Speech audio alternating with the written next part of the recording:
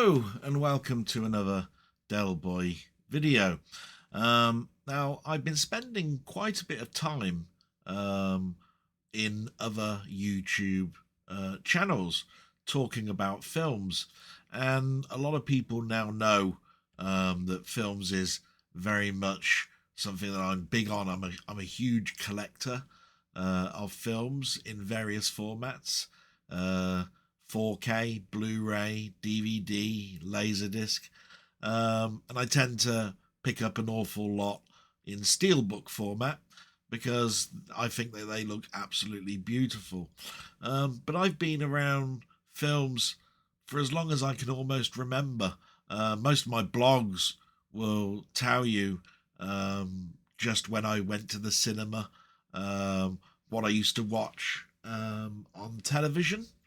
But I thought it was about time that I started to think about doing a capsule type review, you know, like an unboxing or a little bit of an explanation on films that I've watched. And just recently, I've picked up a film the other day, watched it, and thought, wouldn't that make a good one to actually do a sort of semi-review on? So what film did I choose? Well, I chose this one. It's called Time After Time. And hopefully a lot of you are already aware of what this film is about, but I'll just give a sort of a brief recap.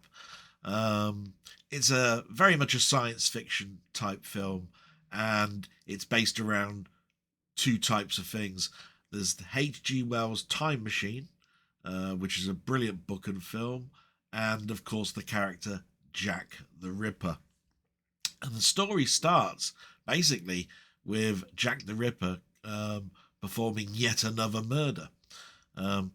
While that is going on, H.G. Wells is having an evening party talking about his latest invention, and he basically turns around and says to these guests, my time machine is coming along quite well, and in fact it's now invented.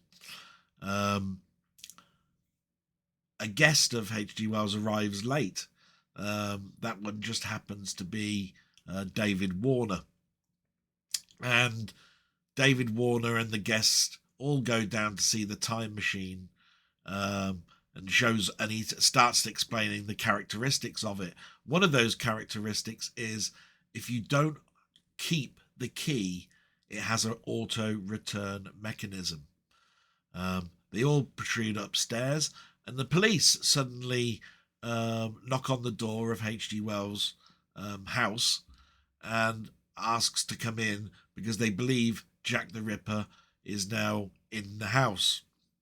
While this is going on, David Warner slides off and basically steals the time machine, but he didn't have the key, so he escapes through time and the time machine returns back.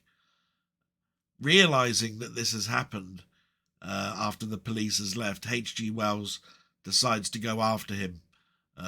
He's very much a utopian type character and can't have his friend committing murders in another time. And that basically is the crux of the film, probably not explained very well. But it was a brilliant film when I saw it. It's directed by Meyer. I always thought to myself, what a great story it was. And I believe it's a story by Steve Hayes, but it was adapted by Meyer.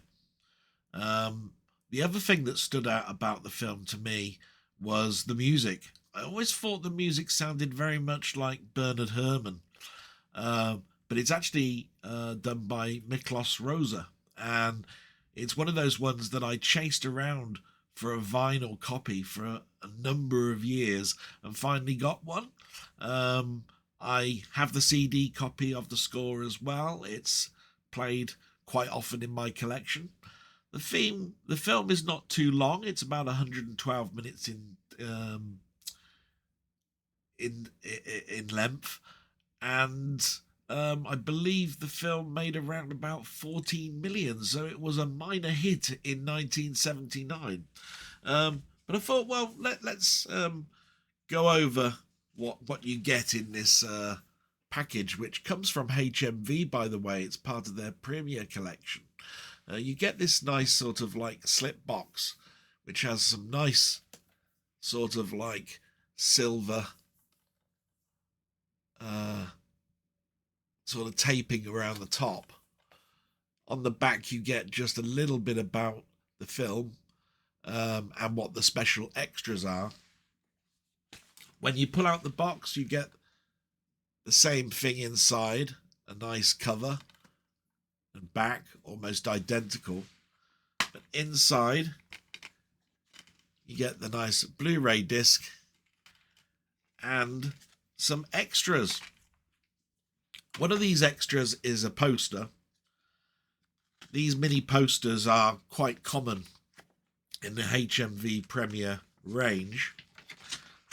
Quite nice, very clean. There we go, Time After Time, with the credits at the bottom of the film for the film. And you also get some art cards. Used to call these lobby cards back in the day. They used to be on spinner racks in the film. So you get the cover Time After Time. They all have the Warner Brothers symbol at the back. Some more Time After Time. I believe some of this was the paraphernalia in the leaflets and reviews at the time. Number one, Time After Time. And the last one, which always makes me laugh, which is the Jack the Ripper Time After Time lobby card. They're all on sort of like matte card, quite thick stock. The disc is a Blu-ray only at this time. I believe it's a 2K pressing. Just trying to get the disc out because I didn't really show the inner cover, which is just there. There we go. So, still I'm learning on this. So it's a Blu-ray disc and it's a 2K transfer with the standard Dolby soundtrack, but also has a DTS HD master. I remember when I played this on my player that I thought that the colours were rather muted, but the picture was incredibly sharp. But the soundtrack really does sound nice through your surround sound speaker system if you have one.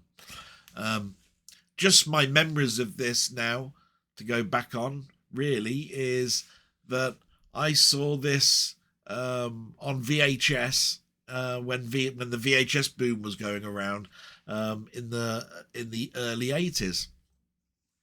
I couldn't wait to actually own my own copy, but I don't believe it came through on sell-through very quickly. In fact, the only way that I managed to get a copy was to buy an ex-rental through the local video store that we had. So it wasn't a sell-through shop that I managed to get my first copy. And the next time that I watched it was on a TV program called Movie Drome, which was hosted by Alex Cox. This is a show that basically was on in the late 80s. Alex Cox is sort of like a film historian and basically explained about cult movies. Time After Time definitely became a cult movie through its lifespan. But that sort of like sums up Time After Time. I hope I've given some information there, and I do totally recommend that you go out and get this film. I would love it on 4K. I would love it as a steelbook. Fingers crossed that might happen this year. So I hope you like this this new video of mine. I'm just going to draw your attention to this second screen here. This is the information that I've got in my own library for this film. It's got some information there on who the director is and so forth, and so you can freeze frame this as much as you want so that you can write down some details if you do decide that you want to go out and buy it or want to put it into your own collection.